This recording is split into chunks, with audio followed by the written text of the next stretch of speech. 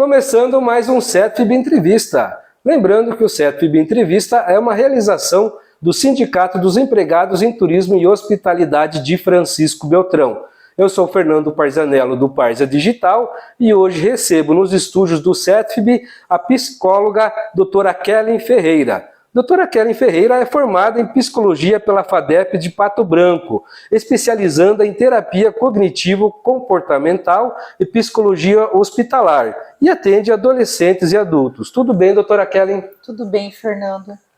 Hoje nós vamos falar sobre o Setembro Amarelo, que é o mês de prevenção ao suicídio, doutora. Da onde veio o Setembro Amarelo? Então, esse mês de prevenção ao suicídio, ele é utilizado para promover a saúde mental, prevenir o suicídio e também promover a saúde mental. Ele é um mês que foi utilizado em decorrência de um suicídio que aconteceu de um jovem americano. Ele tinha um Mustang amarelo e apenas 17 anos de idade, e ele tirou a própria vida. No dia do velório desse menino, os familiares e amigos foram ao enterro com faixas e fitas amarelas com a mensagem: se você precisar, peça ajuda. E a partir daí, esse mês ficou marcado como um mês de combate ao suicídio em todo o planeta. A gente tem números bem expressivos no planeta, então é um mês que a gente utiliza para fomentar essa promoção da saúde mental. Esses números aí seriam, quais são os números hoje de suicídios por ano no planeta, doutora? Em torno de 1 milhão de suicídios por ano no planeta. E no Brasil? No Brasil, em torno de 12 milhões. Isso é bastante. É muito. A gente tem que lembrar que os números de morte por suicídio, eles são ainda maiores do que o número de acidentes de moto. Então, as pessoas que morrem em decorrência do suicídio, elas superam o número de pessoas que morrem em acidente de moto. E existe tabu ainda sobre esse assunto? Muito tabu sobre ele? Com certeza, Fernando, ainda é um tema que a gente tem dificuldade de tratar, né? Primeiro por trazer a questão da morte, que é uma coisa tão delicada, que a gente fica tão sensível a esse tema.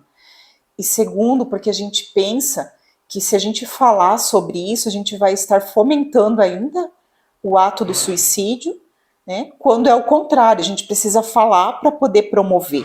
Então, quanto mais a gente orientar as pessoas, quanto mais a gente estender essa ajuda, mais a gente vai conseguir evitar esses casos de suicídio. Então, esse tabu a gente precisa ir desconstruindo, deixando ele de lado. Mas é muito normal do ser humano a gente não saber lidar com algum assunto e a gente preferir não falar sobre. Mês de Setembro Amarelo, com certeza temos inúmeras campanhas, né? Como consistem essas campanhas, doutora? Então, nessas campanhas, a gente busca falar sobre a questão do acolhimento, onde a pessoa consegue buscar ajuda, quais as formas de prevenção do suicídio. É um mês e é um espaço que a gente utiliza para poder falar para as pessoas que, mesmo que elas estejam com esse pensamento de cometer o suicídio, que elas não estão sozinhas, que elas podem buscar essa ajuda. Então, as empresas acabam utilizando muito isso para promover essa campanha de saúde mental, né? Toda a administração, todos os órgãos utilizam faixas amarelas, para a gente estar lembrando que é o mês que a gente precisa falar sobre esse assunto. Importante mesmo, né? E agora falando para o nosso trabalhador associado, trabalhadores e também o povo em geral, como que as empresas podem ajudar o trabalhador na prevenção ao suicídio? Então, através dessas campanhas, a gente consegue estar dialogando nas empresas com trabalhos em grupo, com espaço de acolhimento, né? Se a gente conseguir oferecer um profissional para fazer a escuta desse trabalhador, é muito importante. Se a gente não tem condição de disponibilizar um profissional, que a gente consiga preparar algumas pessoas da equipe para fazer essa escuta, né? E como que essa escuta acontece? Uma escuta que tem que ser sem julgamento, sem preconceito, no sentido de acolher. Eu imagino que é muito difícil, porque às vezes algum familiar, algum amigo próximo esteja passando por isso, e na hora a gente acaba se desesperando e não sabe fazer o acolhimento de forma correta. E esse acolhimento, ele é fundamental para a gente dar início a um processo de tratamento e de acompanhamento dessa pessoa. Então, se você percebe algum sinal de qualquer pessoa próxima, ou se você está se percebendo diferente, tem canais de atendimento, né? Tem o Centro de Valorização da Vida através do telefone 188, que a gente pode ligar a qualquer momento, tem voluntários lá que vão saber fazer esse acolhimento. Mas o principal é a gente identificar perto de nós as pessoas próximas que estejam emitindo algum sinal diferente, algum sintoma de que possa estar querendo cometer suicídio. E às vezes isso não vem na forma de que eu vou me matar.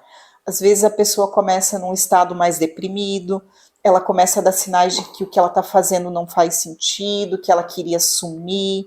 Porque quando a gente busca cometer o suicídio, não é no sentido de acabar com a vida.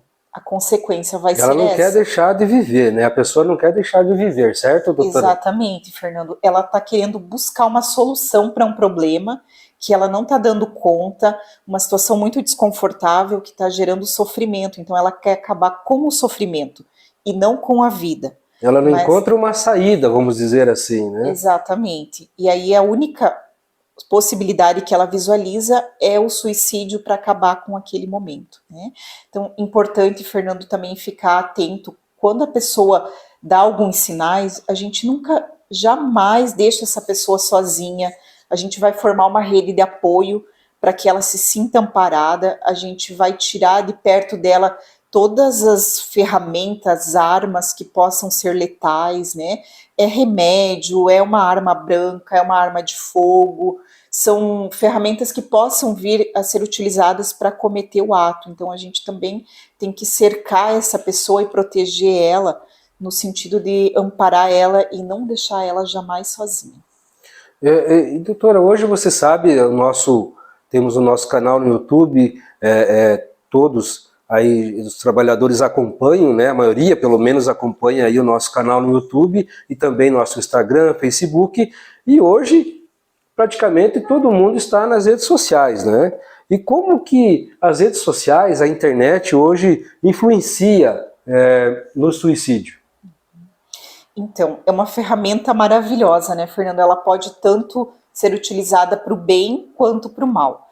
Então, se a gente utilizar ela para fazer campanhas e promover o bem-estar, a gente vai estar dando um passo positivo. Mas as pessoas têm olhado as redes sociais e se comparado muito. Então, se eu já estou num momento mais deprimido, se eu já estou com problema de autoestima, e aí eu começo a olhar que o outro está postando, que está viajando, que o outro está bem, que tem procedimento estético. Tá, né? Com uma roupa nova todo dia. Exatamente. E aí isso acaba contribuindo para o mal-estar, né? Para essa sensação de depressão, para essa sensação de estar mais inferior ao outro.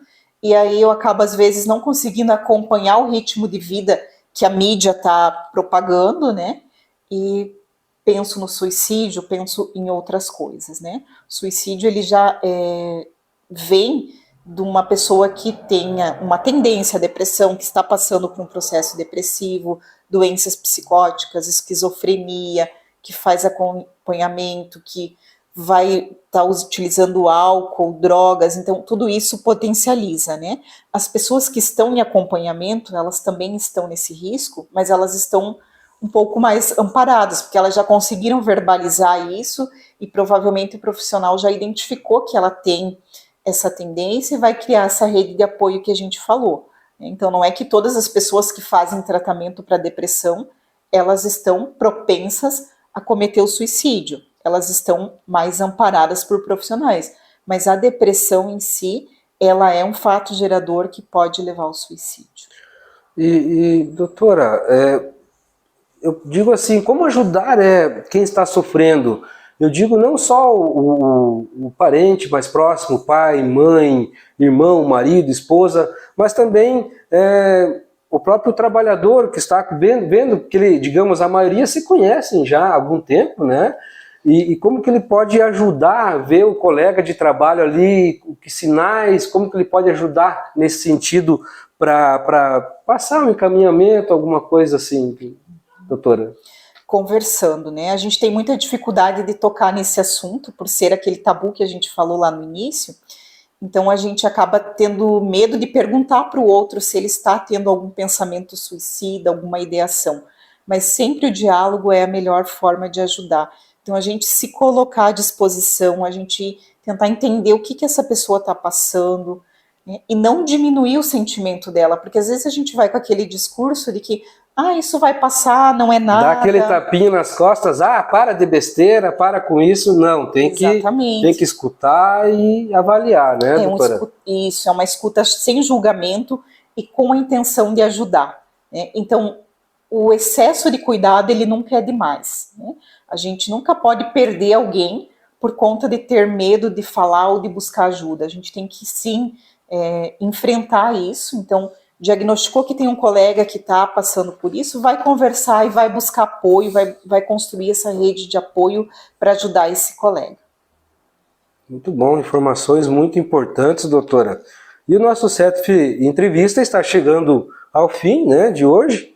Eu quero agradecer aqui a presença da psicóloga doutora Kelly, mas também quero que você deixe um recado para o nosso amigo trabalhador associado, trabalhador.